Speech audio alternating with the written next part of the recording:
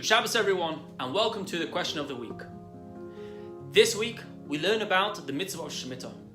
After 6 years of farming their land, the farmers in Israel would take off 1 year, the 7th year, that they would focus on their own personal connection to HaKadosh Baruch Hu. They would focus by learning Torah and doing mitzvahs, leaving their land to go fallow, to return in the 8th year for the following 6 years. There were two ways that the farmers could view this 1 year. Either they would be concerned, they'd be worried. How were they to earn an income? How were they to be able to provide for their families if they were not to work their fields? How would they be able to continue working the lands if they were not to focus on the land in this 7th year?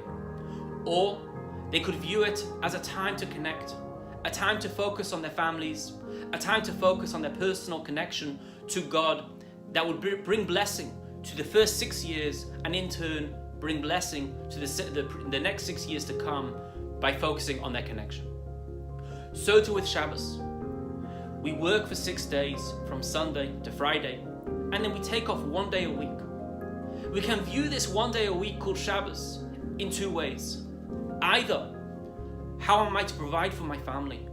How will I be able to continue serving my customers if I was to take off this particular day?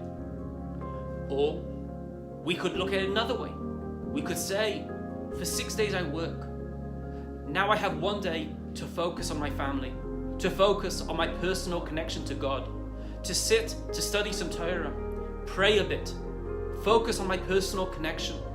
And in turn, that will elevate the 6 days of work that I have done beforehand and bring blessing through faith, through connection, to the 6 days to follow. So the question of the week is, what is one particular action that you do in preparation for the Shabbos, the 7th day, that you enjoy? What is one action that you do that you enjoy in preparation for the Shabbos, the 7th day of the week? Don't forget to post your answers below. Have a great Shabbos, and we'll see you next week.